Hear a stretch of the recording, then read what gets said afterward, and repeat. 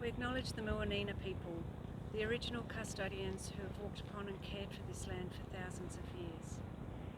We acknowledge the continuous deep spiritual attachment of Aboriginal and Torres Strait Islander peoples to country, and we commit ourselves to the ongoing journey of reconciliation. Today is National Sorry Day. As a community committed to reconciliation, this morning we revisit the words of the apology which Prime Minister Kevin Rudd made on behalf of all Australians 12 years ago. As we reflect on a sad and painful history of the stolen generations, we also recognise moments of resilience and healing and understand how important it is to say sorry. We hope that by helping to reconcile the wrongs of the past, we are able to move forward towards a reconciled, just and equitable Australia. The words of Kevin Rudd. That today we honour the Indigenous peoples of this land, the oldest continuing cultures in human history. We reflect on their past mistreatment. We reflect in particular on the mistreatment of those who were stolen generations, this blemished chapter in our nation's history.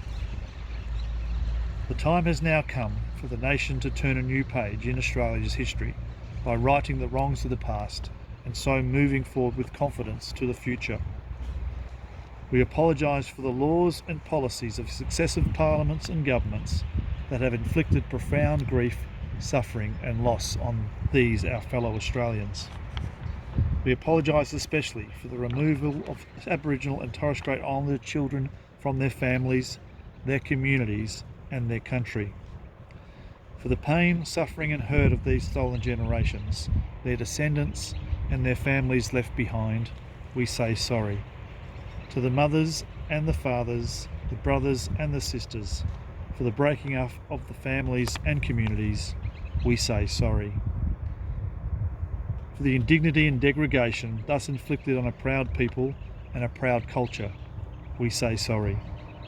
We, the Parliament of Australia, respectfully request that this apology be received in the spirit in which it is offered as part of the healing of the nation. For the future, we take heart, resolving that this new page in the history of our great continent can now be written. Today, we take this first step by acknowledging the past and laying claim to a future that embraces all Australians. A future where this Parliament resolves that the injustices of the past must never, never happen again.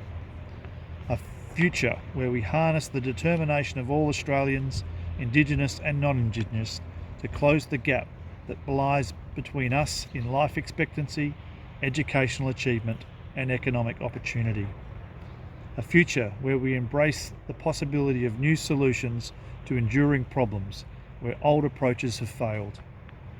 A future based on mutual respect, mutual resolve and mutual responsibility. A future where all Australians, whatever their origins, are truly equal partners with equal opportunities and with equal stake in shaping the next chapter in the history of this great country, Australia.